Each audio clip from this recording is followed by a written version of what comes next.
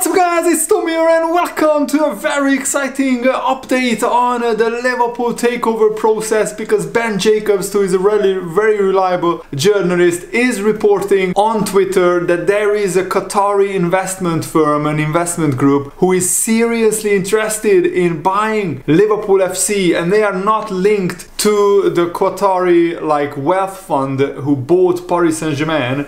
So this is of course very encouraging news. They are basically an investment group who are not the Qatari government, which is very encouraging. And according to, of course, Ben Jacobs, he said that the links between LFC and Qatar in potential investors are only in the thought process at the moment. So the Qatar investors are inquiring and putting together a bid, and it's very early and they are exploring at this moment. And QSI, who is not involved in any capacity, even in a supportive role, they own Paris Saint-Germain, and they said that their focus is on Paris Saint-Germain, and they are even planning on bringing in a new minority investor into Paris Saint-Germain in 2023. So this is a different investment group from Qatar, and let me know what you think about this news. Would you be in favor of a Qatari investment firm and investment group owning Liverpool FC in the future? Do you support it? Do you not? Why? That's very important. Let me know your reasons in the comments below. Let's get a discussion though going. And this interest from Qatar is in its early stages, according to Ben Jacobs and other newspapers. And of course, with Liverpool's sale being so public, it's no surprise that all kinds of investors and all kinds of groups are interested in buying Liverpool FC. The controversy that has surrounded the current World Cup hosts and their human rights issues and their treatment of various minorities and the LGBTQ community and migrant workers, it has been widely discussed. I don't want to get into those specifics because this is not a channel about that, but you can read up on the internet about that. And also, we already talked about potential investors of being interested in buying Liverpool. Man United could be of interest to them, but according to Christian Nouri, the revenue multiplier purists will be quick to point out that Man United's revenues were superior to Chelsea's revenue by only 59 million pounds, but using Chelsea as a yardstick is complicated by the fact that generally quoted figure of 4.2 billion pounds includes 1.75 billion in future investment commitments, mainly for a new stadium. It will arguably be easier for Man United focused investors to attempt to structure a similar deal for them than Liverpool, because there is a clear need for investment at Old Trafford than there is at Anfield. At Old Trafford you need to refurbish and rebuild parts of Old Trafford, and you also need to rebuild a lot of facilities. At Liverpool you already have a new training ground. The stadium has been upgraded from a 45,000 stadium. Now it will be a 61,000 seater stadium from the beginning of, I think, next season. So at Liverpool you need to only invest in the playing squad. At Man United you need at least 1 billion pounds to invest into all kinds of infrastructure. So I think for potential investors, buying Liverpool would be better and it would be more lucrative, because you wouldn't need to invest as much money as you would of course investing into Man United, because Man United's higher valuation is already a thing, plus you need another huge investment to upgrade the infrastructure and everything else.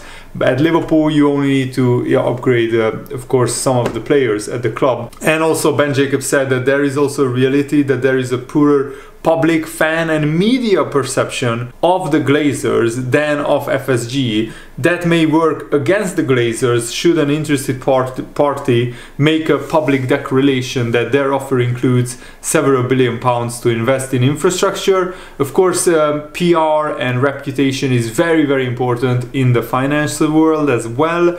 So maybe Liverpool, because our reputation is very good, and the owner's reputation is pretty decent as well, except for a minority of Liverpool fans, of course. I think buying Liverpool could be more attractive to potential investors than buying Manchester United, and that's the opinion of Ben Jacobs and many other journalists, and I kind of agree with this point, but let me know if you disagree and why. Let me know in the comments below. And Jordan Gardner, another journalist, has said that the valuation of Liverpool and the valuation of Manchester United is so high that there is only a small pool of available investors who could afford to buy a football club the size of Liverpool and Manchester United. He said in The Athletic, in terms of valuation, I have a hard time seeing anything above £4 billion for Manchester United and maybe £3.5 billion for Liverpool, using any sophisticated valuation methodology and revenue multiples. Most people don't realize that the pool of buyers at these price points is incredibly small, and while it is possible that a bidding war could raise the ultimate sale price for both clubs, I don't anticipate that happening in either the Man United or the Liverpool takeover process. There is a real possibility that one owner of these two football clubs may not get the asking price that they are looking for, and they may end up deciding not to sell. But I think that's very unlikely. Once you come out and say that your club is for sale and you are looking for potential buyers, it's very difficult to backtrack, because already the wheels are set in motion. The media, the fans, everybody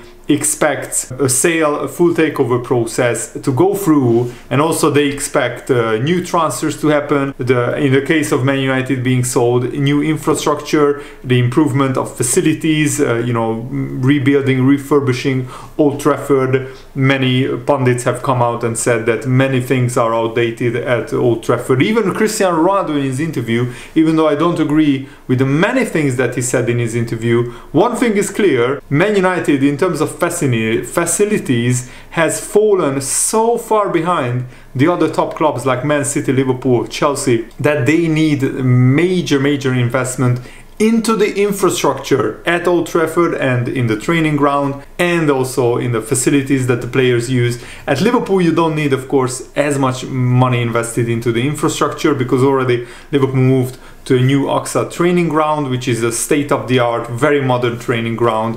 You can see definitely many videos about that.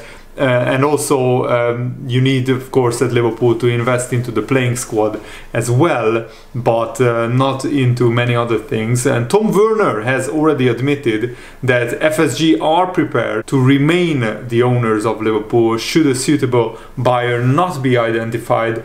But the fact that FSG wants to found an NBA franchise in Las Vegas, they are interested in buying an NFL team, suggests to me that if a buyer who matches even close to their valuation, they will definitely sell, because a recession is coming. And when a recession is coming, if you have a lot of money to go into the investment opportunities, that's the best time to have a lot of money in the bank, because in a recession you can buy NFL and NBA teams on the cheap, usually a lot cheaper than in other scenarios, because in a when all the markets are going up, then everything's value is up, and you can't really borrow. You can really borrow a lot of money on low interest rates, but when in a recession the interest rates are so high that you can't really borrow money to invest. So if you have cash in the bank, that's the best time to invest in a recession. But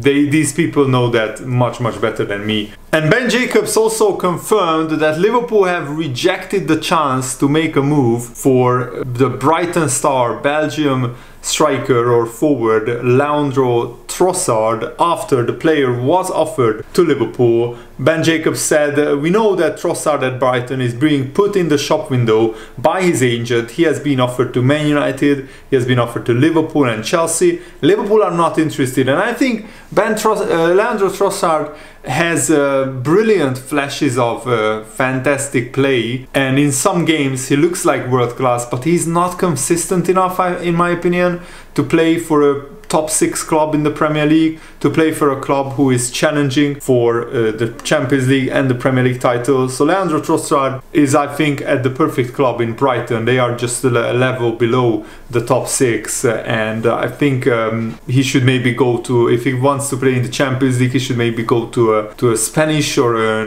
Bundesliga team or a Serie A team where the standard is a little bit lower than in the Premier League. And also I have some new information about Cody Gakpo, who has been of course linked with Liverpool, and Ronald de Boer, who was a Netherlands legend. I watched him play for the Netherlands growing up, and he said this about Cody Gakpo. Before the season, PSV could have sold Cody Gakpo to an English club, Leeds United, for a lot of money, but PSV said no, we will wait, we are playing in the Champions League. And then they got kicked out by Rangers, and they thought, oh, there goes the money. Bad management, basically, they said, because now they lose a lot of money. They kicked out the technical director Nigel de Jong because of that. Not totally, but some of that was the reason. Now he must be sitting on his couch thinking Gakpo is worth 80 million pounds probably, so why am I sitting at home talking about Gakpo himself? Ronald de Boer said he's a great young player. He has speed, dribbling ability, but most importantly, he has a great shot. He's direct to the goal and he finds the net quite easily. What's less important, but also important in the case of Liverpool, he's a great person. You can see on camera, really down to earth, and I love him as a football player and as a person. And I think Liverpool will sign players who fit this criteria. They need to be a good person with a very humble attitude and not a flashy egomaniac kind of player, because that doesn't fit into the Liverpool dressing room. And that's it for today's video. I really hope that you guys enjoyed it. Enjoy the rest of the World Cup, and I will keep making videos for you guys. Thanks for watching. Have a nice day. See you later. Good night.